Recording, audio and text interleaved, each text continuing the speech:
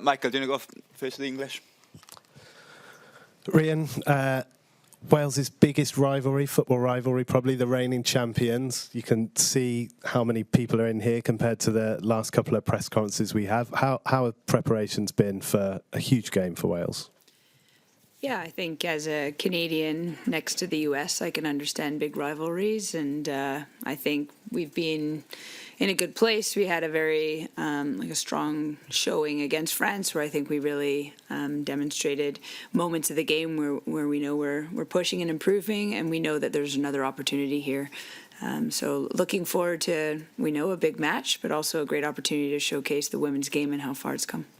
What are you expecting from England? Obviously, reigning champions, hugely powerful side, but Wales did improve dramatically from the first game to the second game. I guess you're looking for more of the same. Yeah, I mean, it's not like the last two opposition were not powerful and strong. We knew, and we've said from the beginning, that our group is one that was going to test us in every single way and push us and sort of highlight the areas that we need to improve as a team and push towards sort of more consistent performances. But England is a top team. We know that. They've got some fantastic players that I've coached, and I'm looking forward to seeing, and I'm looking forward to putting these incredible women out against them. The pressure is all on them. We know that. We know there's still a chance for us. We're aware of it. And when there's a chance, there's always an exciting element that we get to go towards and not be frightened of, because what do we have to fear? It's just an exciting opportunity. I think outside of our Welsh kind of bubble, a lot of talk has been, why were Wales so happy to have lost 4-1? Obviously, you weren't happy to have lost 4-1, but trying to grow the game, trying to play catch-up compared to nations like England. A result against England or a big performance, what could that do for Welsh women's football? Well, firstly, I don't think many people inside women's soccer didn't understand. We're here for the first time, and we're here to make an impact. And part of that is celebrating our firsts. So we got to celebrate Jess's goal twice. Thank you, VAR. And equally, all these moments, they're important to celebrate. And for those countries that are fortunate enough to have the size and the player pool to expect regularly to qualify for these events, they've forgotten what an achievement it is to be at the pinnacle of the game at these major events. And these women have fought so hard for so long, many of them, their whole careers, to have this opportunity. And I will not allow us to just feel like we're just here to just participate. So we will continue to celebrate. In England, of course, there's a storyline. I think everyone's here for a reason. First, for the women's game, but secondly, why wouldn't we go towards a rivalry? This will only benefit the women's game, and we're going to give them as much as possible, push them to the very end, and it is to the very end. We're in an incredibly close group. England will be forced to play a strong lineup because it is such a close group, and there's also a goal differential. So for my women, we get to show up and spoil the party, and that's a wonderful job to have. Angharad, not your first time against England. Obviously, you've been in a campaign where it was pretty much Wales and England head-to-head. You know what it means to all the players, and Wales have grown into this tournament. Kind of tell us about the emotional side of building up for this, this massive game. Yeah, there's no hiding behind the history of Wales versus England, whatever sport you're playing in. It's a rivalry match, and it's one that everyone wants to play in. And yeah, we're, as a group, as Rhian said, we've come on so much since the first game, and the second game was such a big improvement from us, and we're looking to step it up again in this game. But the pressure is all on England. They have to come out, they have to perform, they have to, they're expected to win this game. Within our group, we believe that we can upset a very top team, but we're preparing as normal, and we're ready for the fight tomorrow. Diolch, thank you. Thanks. Cheers. Hi, Rhian. Nice to see you in person, and nice to see you. Rhian, so I like to kind of before the game predict the starting lineup, and it's been quite tough to kind of try and predict yours. I was looking back the last 10 games, competitive games, and it hasn't actually been the same starting 11. Is there like a reason behind that with regards to opposition, who's performing well, tactics? Can you just explain that, please? Probably a bit of all of the above. I mean, we've talked a lot about it as a team, part of our responsibility is to make sure every single player in the 23 feels like they're there for a reason. And it's only words if you're not backing that up with actions. We are at the very beginning of growing something pretty special in Wales. And to do that, we've got to be quite agile. You know, we're about to come up against a country with, 20 times our population. We've got to have something. And part of it is unpredictability. And the second part is we've got to believe. And I think these women, whatever combination we're working with, whatever starting lineup I have, I completely trust in. And I don't think there's been many games when I haven't used all 5 of my changes, because why would I not? There's a reason you bring a full roster, and if you're not using them, I question that. Yeah. And secondly, obviously you've been a top player, you've played in many major tournaments yourself. You look like you're really enjoying yourself as a manager. Which one do you prefer, player or manager? Well, I can speak for my mother, who thought it couldn't get worse. And I said, imagine being the parents of the goalkeepers. I think that's what she's experiencing now. So she never did watch games, but now she doesn't even want to hear any of the news. It's a different pressure. What I love is that, you know, these women, they're incredible. And you do the best you can to help them feel as prepared as possible. And then you send them off, little ducklings, and then you do the best at halftime.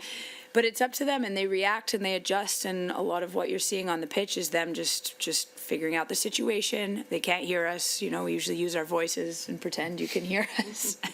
But I find it's less stressful because I can't do anything anymore. But it is a weird feeling to know, like, you just got to hand that over, but also it's quite a nice responsibility. No, brilliant. I just want to say I love listening to you. I think you speak great. So best of luck. Thank you. Shemai Paub. And Harrod, obviously, it's a well-known fact that in 2003, the Federation gave the money to the men's team, and it was only so many years later that England women got to a final of a Euros. And that's important for people to understand that Cymru has been on their own journey, and what a journey it's been.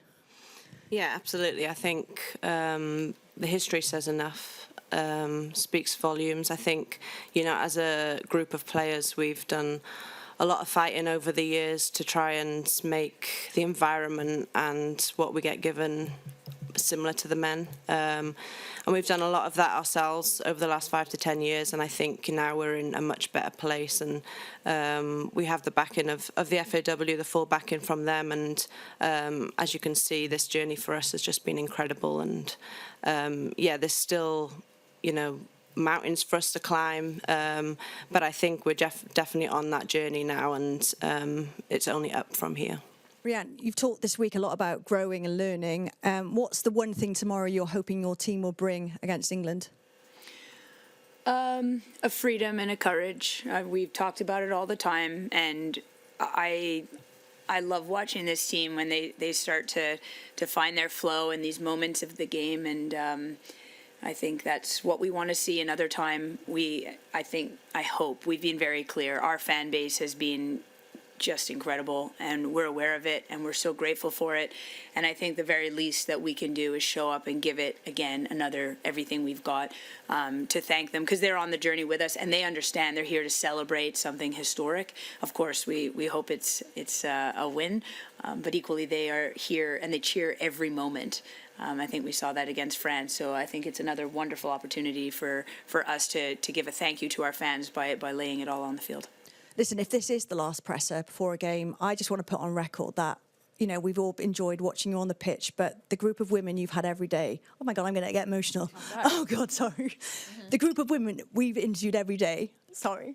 Oh, see, this is Will. Sorry. It's been an honour, and I think everyone back home and here has just enjoyed listening to these brilliant women not just talk about Cymru, but their pride for each other and as a family. Yeah. Just sorry, I can't talk anymore. A word from you two. Yeah, I mean, it has been an emotional journey for everyone, and it's been a special one too. And from us to you too, it's like a massive thank you, because you've been on this journey with us. The fans, the media, everyone has really got behind us and supported us. And it's been an incredible journey. It's not over yet. We've got one big game to go, and like Rhian said, we will leave everything out on that field tomorrow. We'll give it our absolute all for all of you who have been on this journey with us, and for ourselves and our country, and to make them more proud. One last question. Hello. One last question. I'll compose myself now. If you could tell yourself something at the beginning of the tournament that you know now, what would it be to each of you? You go first. Go on. Can I add first to the last question? I think this is such a reminder of the women's game, right? And I do think for the teams that are just coming up and that are just starting to really invest in the women's program, like don't get lulled into complacency. And I think England, they won it last time, and there's these big powerhouses in the game, and they continue to push the standards incredible. And then there's these smaller nations that are coming up who are making history and are there to make sure they show up for their countries. And it's a reminder that it is emotional, and it should be emotional. It should be continuously celebrated, that these are the tournaments where these women's names are finally being heard and spoken about. And that is a huge point of pride, and one that we now have done. And once you've done something, it's the next time and the next, which we're really excited about. And I think to answer your second question now, the biggest learnings I think for me are we work in 10-day blocks for FIFA windows. And this team is exceptional. I mean, their connection, we've talked about it before, and it comes from having to fight for everything. And now being in a place where they get to represent their country. But when we're together for a longer period, it's how I manage probably the time so that they are, again, I've spoken about making sure that they always have family time and time to connect with the people that are here on the journey with them. And it's how I break up that time together, because a month in a close quarters is always a bit, we're still talking, which is nice. Yeah, but that's my learning, my management, like how you handle these blocks of times, because, next time we're here for 6 games. This time we keep pushing it through, yeah. Yeah, I think one thing I've learned is probably moments win or lose your games. And I think we've been so close to them moments that, looking at the game, it's 4-1 against France. It wasn't a 4-1 game if you watch the game. And I think those small margins are what we need to work towards as a group. And we're prepared to have those honest and hard conversations to make sure that we keep improving and keep moving in the right direction. And probably another thing I've learned is that Wales shows up, whether we're on the field or off the field or back in Wales or in Switzerland. Wales have been by far the best crowd that I've seen out in this Euros. The way that we sing the anthem is just, it's an emotional one for me, and to see everyone singing it and with the pride and passion that we do, it means a lot. So Wales have definitely showed up this tournament. If we go Club Hildroyd, Sky Sports, Sky News, and the Times, please. More on the back. Rhian, I just want to ask about the goalkeeping situation, because one thing Liv, Safia and Poppy have all talked about is how weird it is that it's such a young group for a goalkeeper. So for you as a manager, how's it been working with that young group? Brilliant. Again, three strong characters, and I think the good news for Wales is that we do have a group of young keepers that are going to have to learn to push each other for that number one spot, which is the situation you want. It's a tough one for them, and they've handled it very well, because obviously I made a change, but it will only serve them better in their club careers and in their international career to go towards that challenge and to push each other to be the very best they can be. Just on squad selections, everyone fit? Everyone is fit. Angharad, just for you, Sorry, can I just add? Poppy actually got injured in our last training session, so we are going to be bringing in another third keeper to fill that spot. And Poppy Sauber has been here and been a phenomenal support for the goalkeeper union. So obviously this announcement will be coming, so I might as well just let you know. And it's a tough one to take. Angharad, just building on what you said to Beth there, I heard Jess saying today that she got a message from a young father saying that a young boy wanted a Fishlock shirt. And, your players, you all want to win games, obviously, but to see young boys and now young girls wanting to emulate you, you're their heroes. Is that just another huge win in terms of, on top of everything you're doing now as players as well? Yeah, we spoke before we came to this tournament, and we said that we have already won, regardless of what happens at this tournament. Wales has already won, and we've already taken huge strides forward. I think we've had, as Rhian spoke before, little wins at this tournament, and they're, Jess scoring her first goal, and, hopefully a result tomorrow night will be a next win. And, it's big for our nation being here, showing all the little girls and boys at home that we can be on the biggest stage, we can compete at the biggest stage, and we deserve to be here as a nation.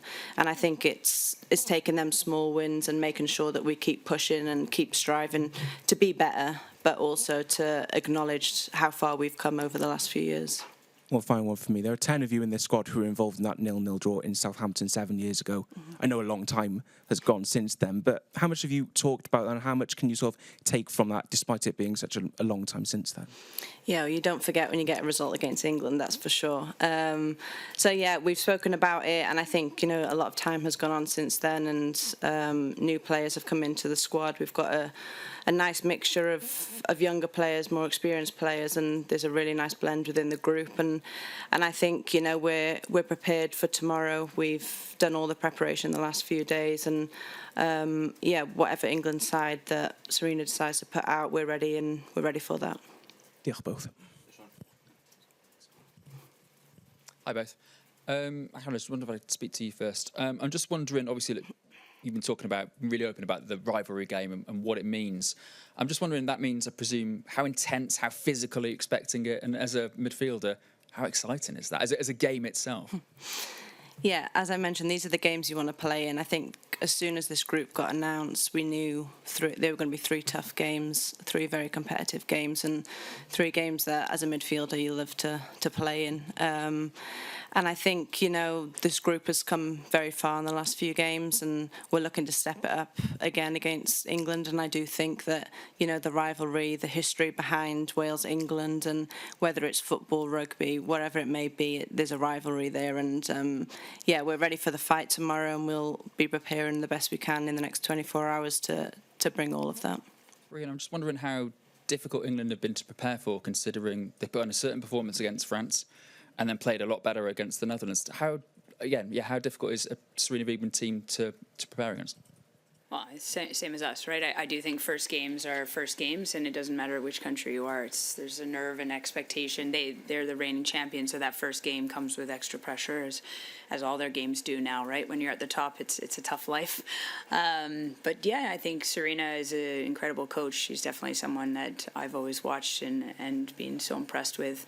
I worked with her for a little bit, and I've worked with a lot of these players, and we know that there's a real quality. Whatever structure she comes with, whatever roster she chooses, we've got an amazing challenge ahead of us, which we don't shy away from, and we don't pretend it's not coming. But equally, again, an opportunity for us to push our standards and to give it everything we've got, and then let's see where we end up. So much of the sort of coverage and the discussion about the game is about how Wales can contain and frustrate. This is a really good chance to show just how the other side of it, isn't it, as well? How good this team is, and how it can not just give a good team a bloody nose, but also actually go out there and play good football.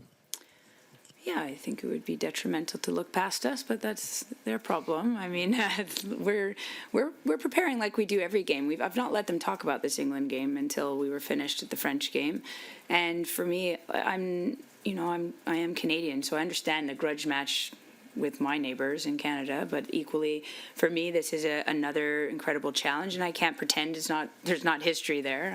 I have read a book, but I think for these women it's acknowledging it and not letting it get bigger than it needs to be. This is going to be, and I think we all can agree, what a wonderful opportunity for women's football to two nations, neighbors, to put on a display for our fan base. Thank you very much. Rob from Sky News.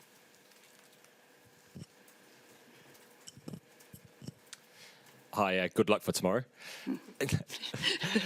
Are there any weaknesses you think you can exploit in this England team? Yeah. You going to divulge them? No. Yeah, there's weaknesses in every team, absolutely. And we've talked about them, and we have our own to cancel out, and they have their own to cancel out, so it should be a good game. And Angharad, what sort of messages have you had from the fans, and what sort of sense have you had how they're enjoying the experience being at this first ever tournament to follow this team? Yeah, well, they're loving it. I've seen so many videos, photos, and I've spoken about this before, but it's really hard when you're in the bubble. You don't really see so much from the outside. You're on the bus on the way to a game. You pass through a little bit of the fans, but they've been superb this whole journey. They've been our 12th person. they've cheered us on from the first minute to the last, and there's been so many special occasions when we've come out for the warm up, and they sing Amar Rahid, and it really gets us going, and they've been superb throughout, and I'm really excited to give them one last game tomorrow. Hopefully there'll be more after tomorrow, but to really give it everything we've got in this last group game that we have. Okay. Thanks, Rob. We got 2 in the back and then 1 in the front then. That's okay. Yeah, the time's there, Kit. If you want to pass the mic. Hi, Angharad. I appreciate you want to win tomorrow or get a result tomorrow, first of all, for yourselves, and because you can still qualify. But can you just articulate, kind of, as a Welsh woman, what it might mean to knock England out tomorrow?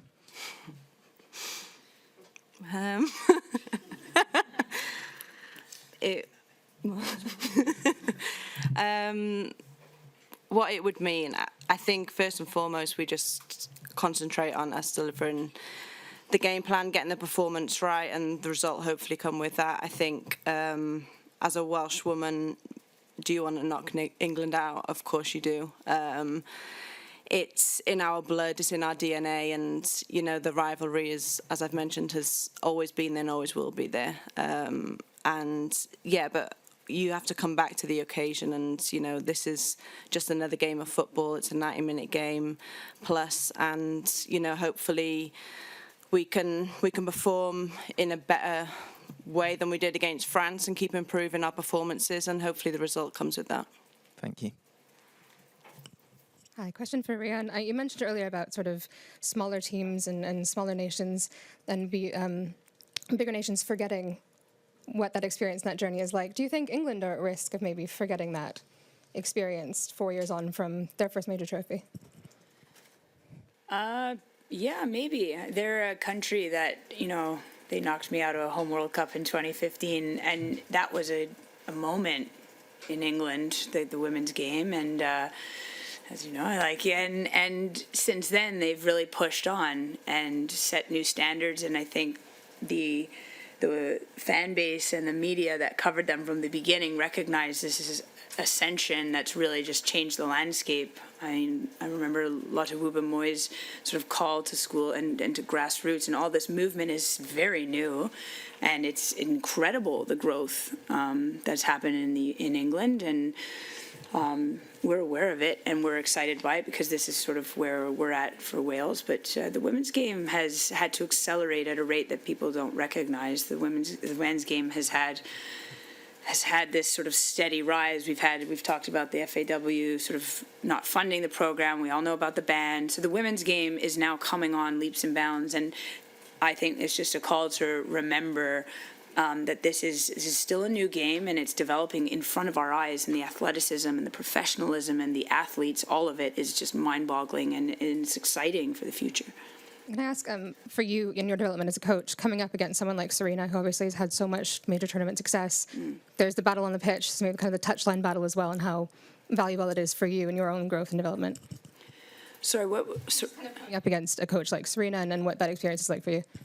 Well, all of them, sort of the coaches I'm coming up against in the Euros are top coaches. That's what's here. The men, the women that have been in the game and growing the game, they're all people I look up to. To be a coach is a tough job, and I love it, and I hope a lot of my players stay in the game, and I think they get to see me make mistakes, and they get to see us get it right, and I hope I'm always honest about that, and when I'm, working against or trying to figure out the opposition, I think they're forgiving of when I don't get it right. But equally, I think we work together to make sure we keep moving forward when those things do happen, and we just keep improving together. So she's the latest battle, but equally, I'll always be looking up to someone like Serena. Nice one. Best of luck. Thank you. In the front and then the side here, that's okay. Hi both. Question for Rhian. Emma Sanders from BBC. Nice to meet you. The messaging here has been quite obviously sort of pressures on England. It's sort of up to them to perform. I just wonder, are you trying to get into their heads a little bit? Is that a conscious, kind of thing to try and put pressure on them? Well, if it works, getting in their heads. I mean, not conscious, that's fact, and I think that is the pressure of a big nation, right? They come with the expectations, what we just talked about, where they've won it now, right? So that is, and we celebrated a 4-1 loss. like, I'm just being realistic. We know that we can improve absolutely from that last game, but it's also one of these where the expectation from ourselves is we put in a performance we can be proud of. We make our moments count more than last game, and we minimize error. That's what we go into a game with. And, you know, England has a different expectation. That's what comes with success.